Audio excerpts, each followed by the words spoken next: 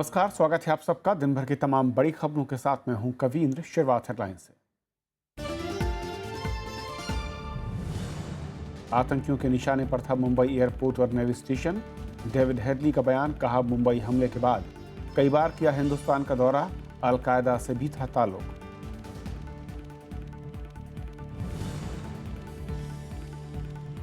National Herald मामले में सोनिया गांधी और राहुल को राहत, सुप्रीम कोर्ट ने दी व्यक्तिगत पेशी से छूट, निचली अदालत में ट्रायल रहेगा जारी।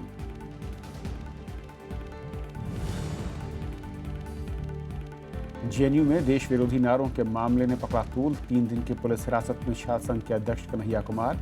गृह मंत्री ने कहा, बर्दाश्त नहीं देश विरोधी गतिविधियां।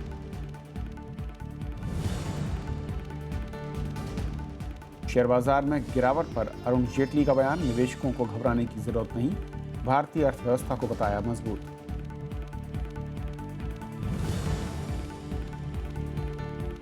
और गुरुत्वाकर्षण तरंगों की खोज से दुनिया भर में वैज्ञानिकों में नया उत्साह, खुलेंगे ब्रह्मांड के कई रहस्य। पुणे में 1000 करोड़ की लागत से बनेगी एशिया की पहली लाइगो लैब।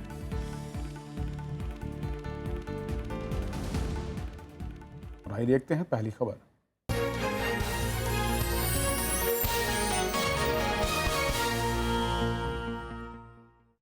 वैज्ञानिकों ने गुरुत्वाकर्षण तरंगों का पता लगा लिया है। मशहूर वैज्ञानिक अल्बर्ट आइंस्टीन ने करीब 100 साल पहले सापेक्षता के सिद्धांत के तहत ऐसी तरंगों के मौजूद होने की बात कही थी, जो कि आखिरकार अब सच साबित हुई। इस खोज का ऐलान आईयूसीसीए पुणे और वाशिंगटन डीसी के साथ ने एक साथ किया और भारत में भी गुरुत्वाकर्षण प्रयोगशाला स्थापित अब की जा रही है। वैज्ञानिकों के मुताबिक गुरुत्वाकर्षण तरंगों की खोज से ब्रह्मांड के बारे में समझ का एक नया अध्याय शुरू होगा।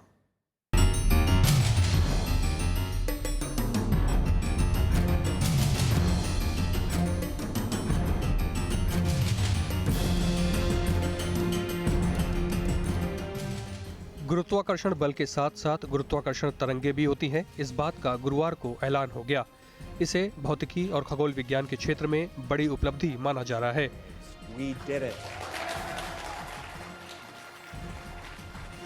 वैज्ञानिकों के मुताबिक ये इतनी बड़ी कामयाबी है कि अब अंतरिक्ष को समझने का नजरिया बदल जाएगा।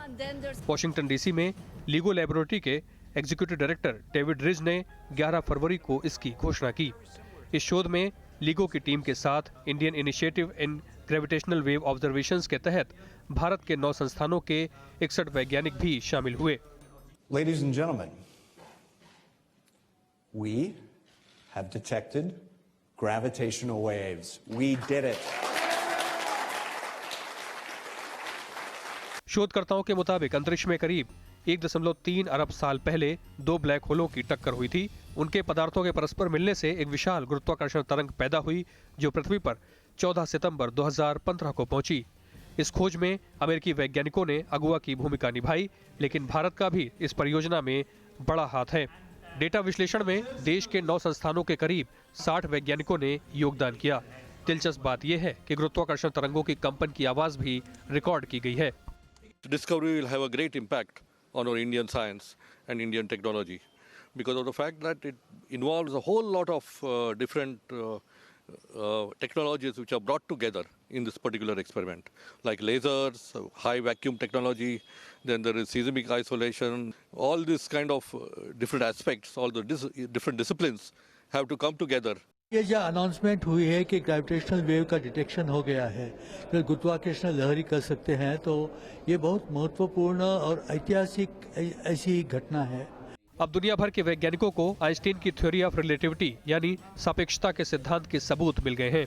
ये बात उन्होंने 100 साल पहले कही थी। गुरुत्वाकर्षण तरंगों का पता अमेरिका के वॉशिंगटन और ल्यूसियाना स्थित 2 भूमिगत डिटेक्टरों की मदद से लगाया गया। ऐसा माना जा रहा है कि इस खोज के बाद इंसान को ब्रह्मांड के चौंका देने वाले रहस्यों के बारे में पता चल पाएगा। संजय कुमार, राज्यसभा टीवी, पुणे। और इसके बारे में और बातचीत करेंगे, समझने की कोशिश करेंगे कि किस तरीके से विज्ञान का ये नया आविष्कार नए रहस्यों से पर्दा उठा सकता है। विमान बासु साहब हमारे साथ हैं, साइंस कम्युनिकेटर। विमान साहब, स्वागत है आपका। सबसे पहले तो अगर मैं इस जनरल रिलेटिविटी जो सिद्धांत था और जो अब ये कहा जा रहा है कि गुरुत्वाकर्षण तरंगे जिनको अब आप देख सकते हैं, डिटेक्ट कर सकते हैं, क्या सबसे बड़ा फर्क या एक नया अध्याय आपकी नज़र में है जो कि विज्ञान जोड़ सकता है इसका जरिया? देखिए, सबसे बड़ी बात यह है कि ये पहला वक्त है कि गुरुत्वाकर्षण तरंग जो है उसका खोज हमें मिला है। हम ब्रह्मांड को किस तरह से पहचानते हैं, आज से 400 साल या 350 साल पहले या उससे भी बाद हम प्रकाश से देखते थे। प्रकाश से जो चीज़ हमें नज़र आती थी हम सोचते थे वही ब्रह्मांड है। लेकिन उसके बाद रेडियो तरंगों का खोज मिला ब्रह्मांड से, तो रेडियो एस्ट्रोनॉमी का आविष्कार हुआ। आजकल हम ब्रह्मांड को एक्सरे, गामा रे और कई अलग किस्म के तरंगों से देखते हैं। तो गुरुत्वाकर्षण तरंग जो है, इससे पहले हम उसको पकड़ नहीं पाते थे। तो ये पहली बार है कि हमें ब्रह्मांड से जो है गुरुत्वाकर्षण तरंग जो निकलती है उसको हम पकड़ पाए हैं। तो हो सकता है ये जो खोज हमें मिली है इससे भविष्य में बहुत कुछ नए वस्तु की अंतरिक्ष में हमें खोज मिलेगा, क्योंकि किसी वस्तु का खोज करने का हमें एक नया तरंग मिला है जिसमें हम देख सकते हैं। जैसा भी बताया गया कि उसकी आवाज़ भी हम सुन सकते हैं। तो ये बहुत एक बड़ी उपलब्धि है वैज्ञानिकों के लिए। और क्या ये माना जाए कि क्योंकि जिस तरीके से आइंस्टीन ने कहा था, अब जो उसकी पुष्टि हो रही है और हम डिटेक्ट कर पा रहे हैं रेस को, तो कई सारी चीज़ें, यानी कि साइंस के डिस्टेंस को अगर नापने की बात करें, या फिर जैसे कि आपने कहा कि दो ब्लैक होल के टकराने या उसके साथ स्पेस और उसके साथ टाइम को अगर जोड़ते थे, तो उस दिशा में अब कई सारी नई खोजें हमारे सामने होंगी अगले कुछ वर्षों में।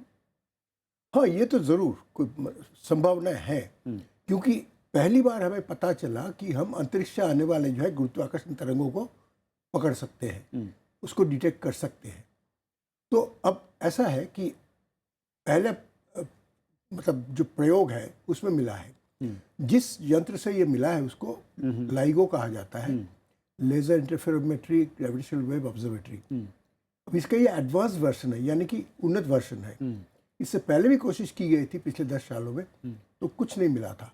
तो ये एडवांस वर्जन अभी चालू हुआ, तो 15 सितंबर को हमें पहला खोज मिला कि अंतरिक्ष से आने वाले जो है गुरुत्वाकर्षण तरंग जो है वो हम से पकड़ सकते हैं, इससे उसका खोज कर सकते हैं। तो भविष्य में ये ज़रूर संभव है कि और भी कई ऐसे वस्तु हमें मिलेगा। अभी तो जैसे मिला है, दो ब्लैक होल जो है अपने आपस में टकराते हुए ब्लैक होल से ये उत्पन्न हुआ था, जो गुरुत्वाकर्षण तरंगे हैं। तो भविष्य में ऐसे बहुत ऐसे ऑब्जेक्ट्स होंगे ब्रह्मांड में जिसके बारे में आज हमें पता नहीं है, लेकिन इस तरह का जो तरंगे हैं उसके खोज करने के बाद हमें उनका पता मिलेगा। क्या माना जाए कि जो एक और थ्योरी, बिग बैंग थ्योरी जिसे कहा जाता है, उसको लेकर भी इसके ज़रिए बहुत कुछ नई चीज़ समझने का मौका मिल सकता है?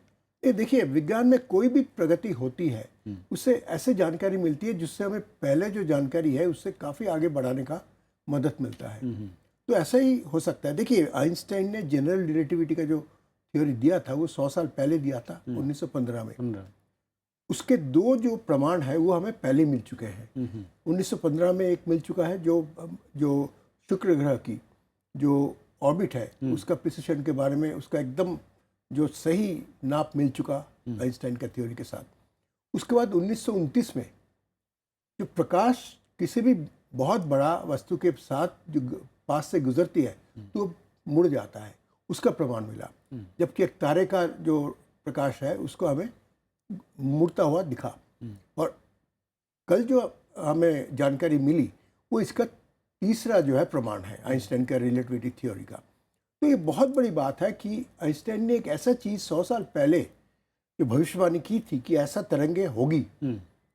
और ख़ास बात यह है कि ये तरंगे जो इसका प्रभाव है ये इतना सूक्ष्म है कि जो यंत्र इन्होंने बनाया है, जो यंत्र बनाया है उसकी सेंसिटिविटी इतना हाई है। देखिए, ये जो तरंगे जब ये उसमें पड़ता है यंत्र पे तो उसके दैर्घ्य में थोड़ा सा बदलाव आता है। वो इतनी कम बदलाव है, वो मतलब एक अणु का जो आकार है उसके एक हजारवां हिस्सा। तो आप समझ सकते हैं कि कितने सूक्ष्म ये जो है मेजरमेंट है, नाप जो किया है इन्होंने वैज्ञानिकों ने, वो हम कर सके हैं। और इसका जो सफलता है वो एक बड़ी बात ये है कि इसकी सफलता के आगे जो है हमें बहुत कुछ नए तथ्य ब्रह्मांड के बारे में मिलने का संभावना है। जी, एक आखिरी सवाल सर, जो लीगो ऑब्जर्वेटरी है और इसकी एक जो मैं कह रहा हूँ कि भारत में ब्रांच की बात हो रही है, जिसके बारे में 1000 करोड़ इसके आसपास का जो एक फंड की बात हो रही है, किस तरीके से आपको लगता है कि एक हेल्पफुल होगा और साइंस की दुनिया के लिहाज से या साइंटिस्ट के लिहाज से आपको क्या लगता है कि एक नए तरीके का अध्याय इस रीजन में दिख सकता है? नहीं, देखिए अभी जो जानकारी मिली है वो 2 इंस्ट्रूमेंट से मिली है, जो अमेरिका महादेश के जो है दोनों तरफ लगा हुआ है, पश्चिम में और पूर्व में। अगर भारत में एक ऐसा यंत्र लग जाए तो हमारे पूरा विश्व में 3 मिलेगा। और ऐसे जानकारी इतनी सूक्ष्म जो हमें नाप करना पड़ता है, उसमें जितना ज़्यादा यंत्र हो उसका सेंसिटिविटी उतना बढ़ जाता है, क्योंकि उससे पता चलता है कि कहीं गलती तो नहीं हो रही है, कहीं दूसरे सिग्नल आके इसको असर तो नहीं डाल रहा है। तो जब तीसरा अगर यंत्र ये बनेगा, भारत में पुणे में बनने जा रहा है, तो इसकी सेंसिटिविटी और कई गुना बढ़ जाएगी, तो हमें और भी बारीक जानकारी मिलना संभव होगा। बहुत बहुत शुक्रिया सर, इस पूरे मसले पर बहुत ही अहम जानकारी हमारे दर्शकों के सामने रखने के लिए आपका। और ये थी हमारी पहली खबर। छोटा सा ब्रेक के उस पार दिन भर की दूसरी बड़ी खबर।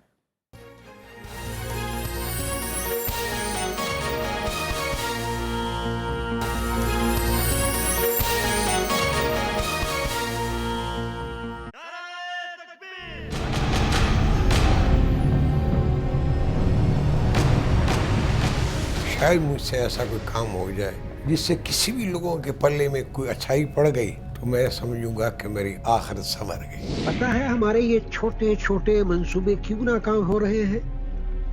अल्लाह ताला हमसे कोई बड़ा काम करवाना चाहता है। मैं आज भी फिल्म से इसलिए भागता हूँ कि डबिंग जिंदगी का सबसे मुश्किल काम लगता है। बेदीन माशरा है, बेदीन हुकूमत है, तुरे पड़ेंगे तुरे। मैं रशीद नाज, आपसे मुलाकात होगी, जरूर देखिएगा गुफ्तगू, सिर्फ राज्यसभा टीवी पर।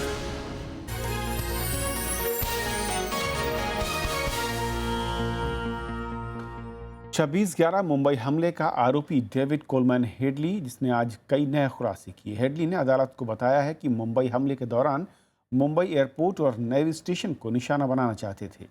सिद्धिविनायक मंदिर और शिवसेना भवन भी लश्कर के टारगेट में शामिल था। वीडियो कॉन्फ्रेंसिंग के जरिए गवाही के दौरान डेविड कोलमैन हेडली ने अदालत को बताया कि उसने भाभा परमाणु अनुसंधान केंद्र का वीडियो तैयार किया था।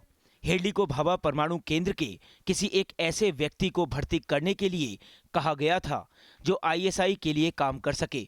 हेडली ने बताया कि लश्कर ने शिवसेना मुख्यालय की रेकी करने को कहा था।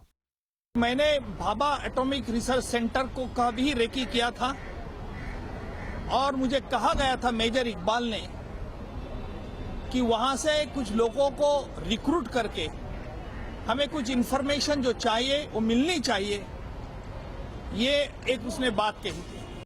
गवाही के दौरान हेडली ने यह भी खुलासा किया कि मुंबई हमले के बाद वो आतंकी संगठन अल-कायदा के संपर्क में भी था। उसने बताया कि अल-कायदा के उसके संबंधों की जानकारी लश्कर को नहीं थी। हेडली ने कहा कि मुंबई हमले के बाद वो हिंदुस्तान आया था। 26/11 का आतंकी हमला के बाद वो इलियास काश्मीरी के साथ कांटेक्ट उसका था और इलियास काश्मीरी ये अल-कायदा का कमांडर था। उसने कहा कि ये, मैंने पूछा कि ये बात तुमने लश्कर को बताई थी क्या, तो उसने कहा कि मैंने नहीं बताई क्योंकि लश्कर मुझे परमिट नहीं करते थे। हेडली के मुताबिक उसने मुंबई की रेकी के बाद पाकिस्तान में मेजर इकबाल और लश्कर के नेता जकीरुर रहमान लखवी, साजिद मीर, अबू खां और अब्दुल रहमान पाशा के साथ कई बैठकें की थी। गवाही के दौरान हेडली ने यह भी कहा कि उसने लश्कर को सिद्धिविनायक और नेवी बेस पर हमला करने के लिए मना किया था। अखिलेश सुमन, राज्यसभा टीवी। भारत ने कहा है कि हेडली का बयान एक मान्य साक्ष्य है और उसका बयान साबित करता है कि मुंबई हमले की तैयारी और अंजाम का पूरा बंदोबस्त पाकिस्तान की धरती से किया गया।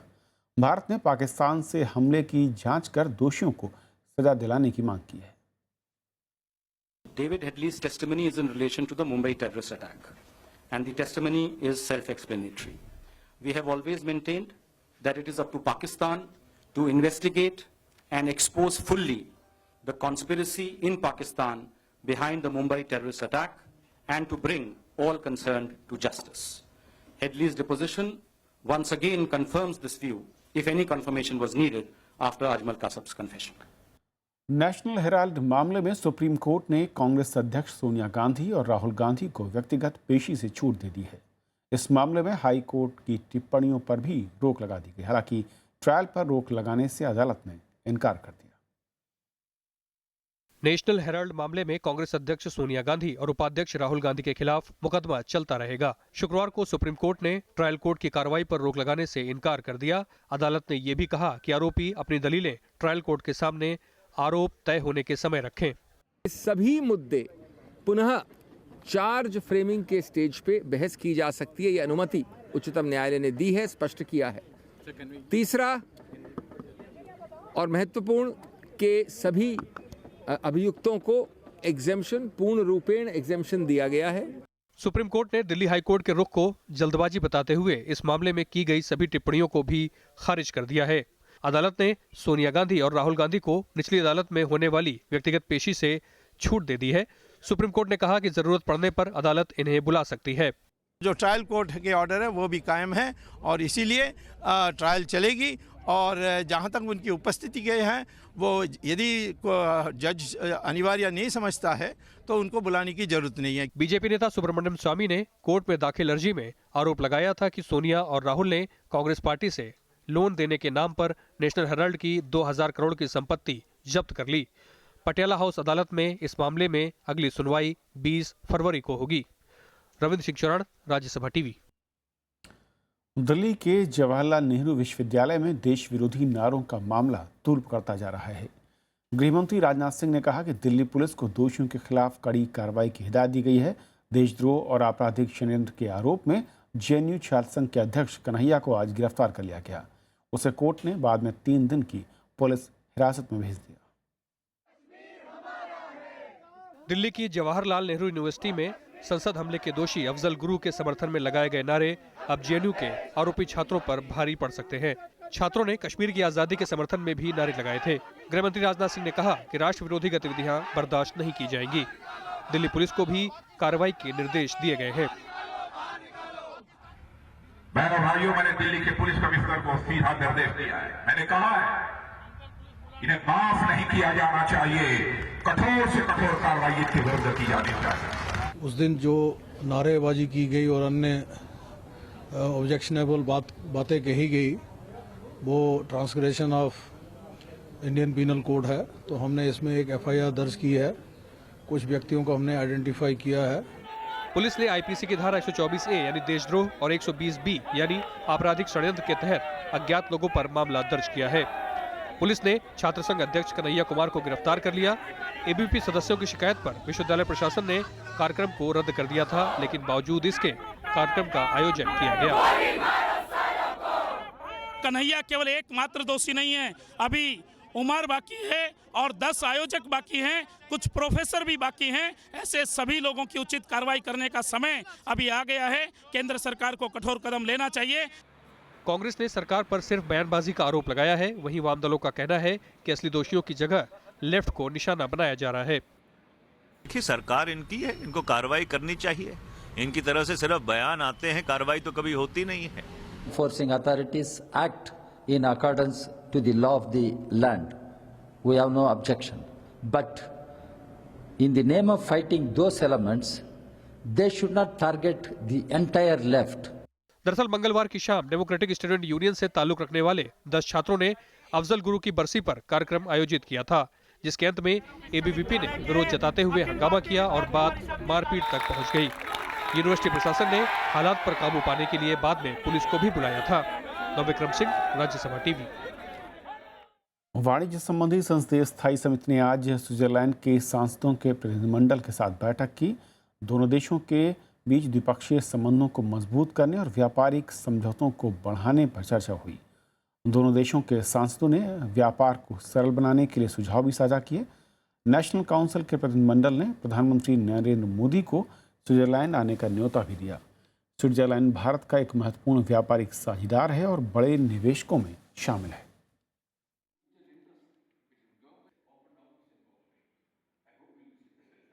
We have a very long and deep relationship, and this was the purpose to renew that one. Also, we plan on signing a free trade agreement.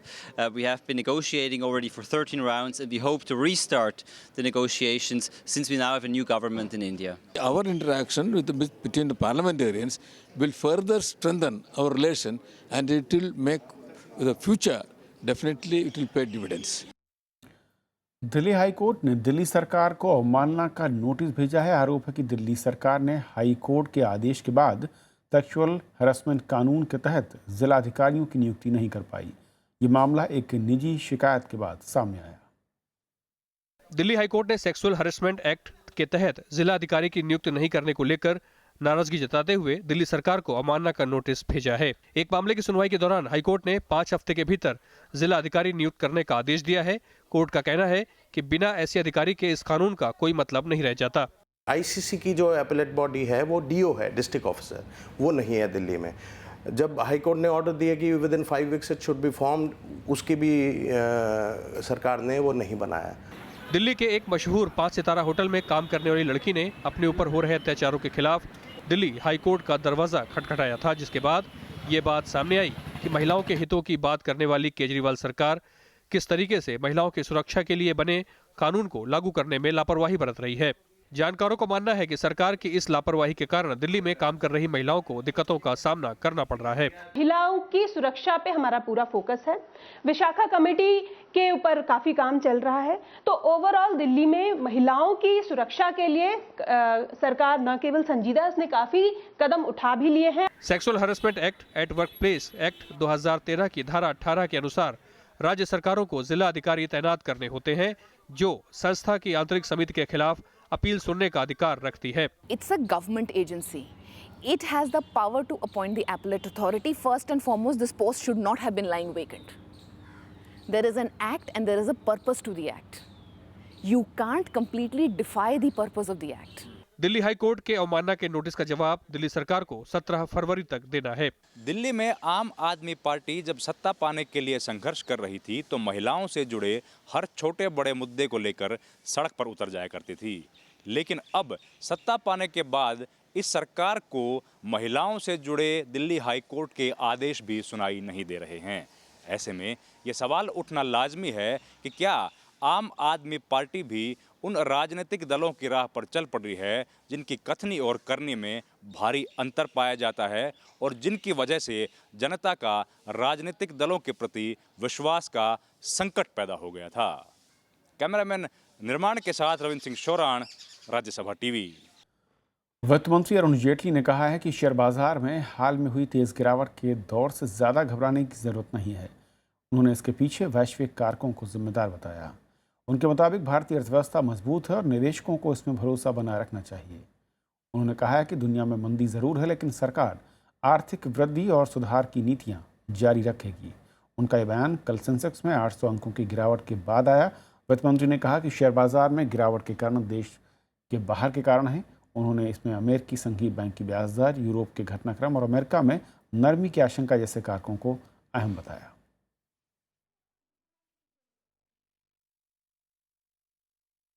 Now, there could be several reasons for it, predominantly reasons which are outside the country. The uncertainty in the Fed rates or what's happening in Europe or the slowdown anticipated in China. Now, these global factors will remain and will have to be tackled globally by those economies. Siachen के शूरवीर हनुमंत थप्पा का अंतिम संस्कार आज कर दिया गया। गुरुवार को दिल्ली के आरआर हॉस्पिटल में उनकी मौत हो गई थी। सियाचिन में आए हिमस्खलन में जिंदा बचने वाले वो इकलौते जवान थे। पिछले 3 दिनों से डॉक्टर उन्हें बचाने की कोशिश कर रहे थे, लेकिन उन्हें कामयाबी हाथ नहीं लगी थी। छोड़ जाते हैं हनुमंत थप्पा के आखिरी सलाम के साथ। शुक्रवार को लांस नायक हनुमंत थप्पा का उनके पैतृक गांव में अंतिम संस्कार किया गया।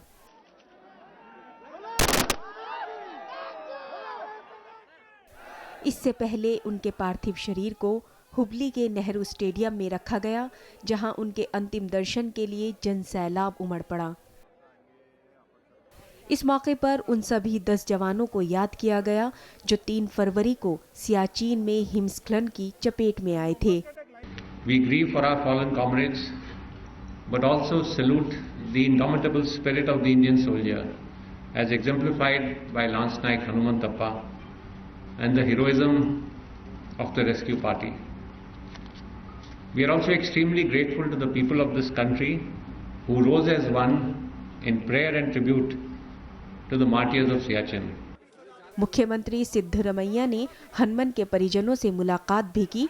राज्य सरकार ने उनके परिवार को 25 लाख रुपए नकद, 2 एकड़ कृषि भूमि जमीन और पत्नी को सरकारी नौकरी देने का ऐलान किया है। 3 दिन तक दिल्ली के आरआर अस्पताल में भर्ती रहे हनुमन थप्पा के शरीर के कई अंगों ने काम करना बंद कर दिया था। गुरुवार को 11:45 पर उन्होंने आखिरी सांस ली। उधर हनुमन के साथ शहीद हुए 9 जवानों के परिजन अभी भी उनके पार्थिव शरीर का इंतजार कर रहे हैं। दरअसल सियाचिन में खराब मौसम की वजह से शहीदों के शवों को लाया नहीं जा सका है। शुक्रवार को देश के कई हिस्सों में इन जवानों को भी श्रद्धांजलि दी गई। Bureau report, Rajya Sabha TV.